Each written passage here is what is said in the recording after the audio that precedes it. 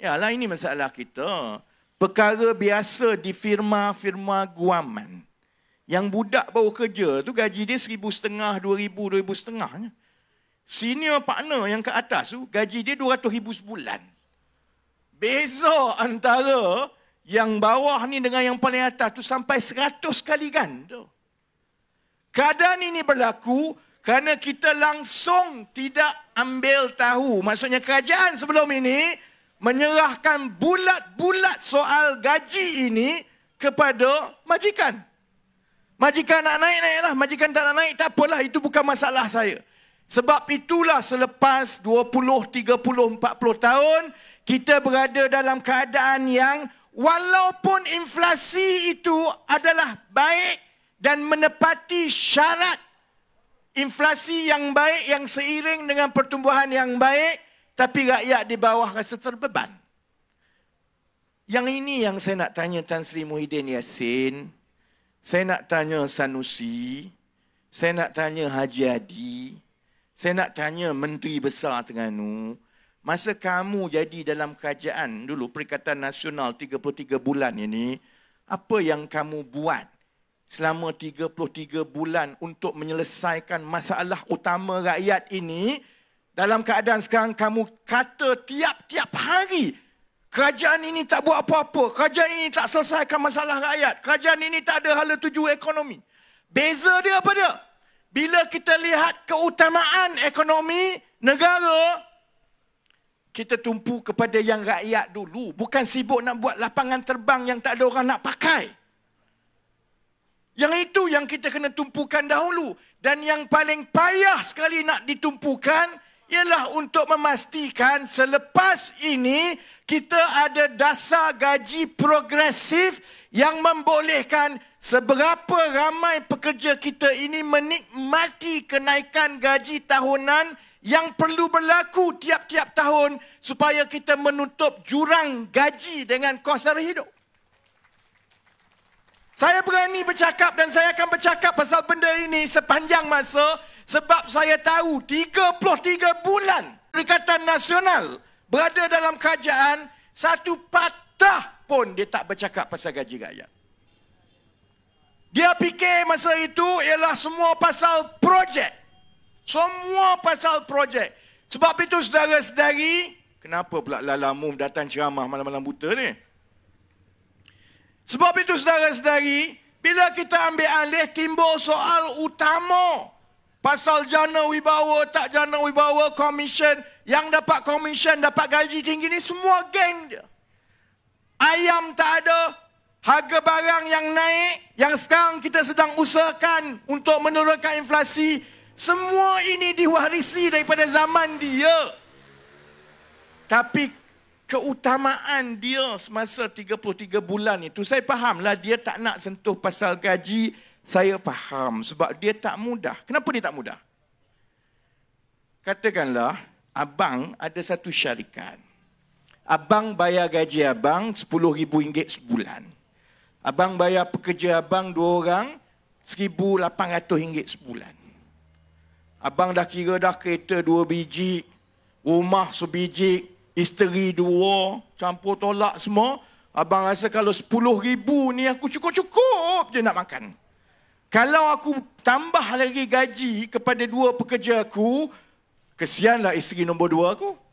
Susahlah macam mana nak kereta lagi 2 dan sebagainya. Jadi memang bila kita nak pastikan kenaikan gaji ini berlaku dengan sebaik mungkin yang melibatkan seberapa ramai pekerja-pekerja kita, dia bukan perkara mudah kerana sebahagian besar kaki tangan kita, tenaga kerja di Malaysia ini bukan kaki tangan kerajaan. Mereka kaki tangan swasta. Bukan boleh paksa macam itu. Sebab kalau paksa begitu sahaja, yang akan terjadi ialah syarikat-syarikat gulung tikar. Mana nak suruh naik gaji, tiba-tiba syarikat pun gulung tikar. Habis, orang yang ada kerja, tak ada kerja. Jadi saya faham sebenarnya nak menaikkan gaji ini bukan benda yang mudah. Ahli perniagaan pun takut, pekerja pun tak tahu macam mana. Sebab itulah Saya fahamlah 33 bulan Perikatan Nasional jaga tampuk pemerintahan negara, dia tak sentuh langsung pasal gaji. Dia memang kerja yang susah. Tapi paling kurang, janganlah lagak hero, bajet cukup hebat, seolah-olah zaman dia dulu, segala-galanya berlaku dengan baik. Paling kurang, tengok diri dalam cermin. Itu yang saya selalu kecil hati dengan Azmin. Sebab dulu Azmin Menteri Ekonomi, masa dia tak buat apa pun. Dia tak, tu yang saya kata, susahlah dengan Azmin ni. Sebab kita sepatutnya, sebelum kita cakap apa-apa, kita tengok diri kita dalam cermin dululah. Tapi Azmin kalau dia tengok diri dia dalam cermin, faham-faham sendirilah. Dia tak nampak lah. Kabur semua. Baik. Sebab itu, sementara sekarang ini, kita sudah pun berjaya mengekang kenaikan harga barang itu pada paras inflasi yang sihat. 2.8% itu, dan kita jangka akan terus menurun, itu adalah dalam kadar inflasi yang sihat. Sementara kita tumpu kepada pertumbuhan ekonomi supaya terus berkembang, kita juga kena pastikan bahawa kenaikan gaji pekerja itu melibatkan dasar kerajaan. Kerana bila dia melibatkan dasar kerajaan, jadi tugas saya untuk pujuk kerajaan untuk memastikan ada insentif untuk naik gaji ni. Untuk pastikan bahawa kerajaan bekerjasama dengan pihak swasta supaya ada sumber yang mencukupi, supaya yang graduan-graduan ini gaji dia mula naik setara dengan kenaikan kos hidup. Sebab mana kita nak jawab sebagai kerajaan, sebagai pemimpin, sebagai orang tua. Saya mula kerja dulu, lepas saya kerja di London, saya balik Malaysia. Umur 25 tahun, awal-awal, masa itu pun gaji saya umur 25 tahun dah dekat 4,000. Masa itu, tahun 2001. Sekarang, budak umur 25 tahun nak dapat 2,500 pun payah. Banyak yang keluar universiti, gaji dia 1,800, 1,900. Mana kita nak jawab lepas 20 tahun, harga barang semua naik, segalanya naik, nak berkahwin pun lagi mahal, tapi gaji lagi rendah daripada 20 tahun tu. Kita tak boleh nak serahkan kepada swasta semata-mata. Nak paksa swasta pun tak boleh. Sebab swasta pun ada kekangan dia. Sebab itu kerajaan perlukan satu dasar yang memandatkan supaya negara dan ekonomi kita ini menaikkan gaji secara berkala yang melibatkan juga sebenarnya insentif daripada kerajaan. Itu yang saya sebut sebagai dasar gaji progresif. Kalau orang tanya saya apa saya duk buat 5-6 bulan, selain benda-benda lain, saya duk buat menatang ni lah.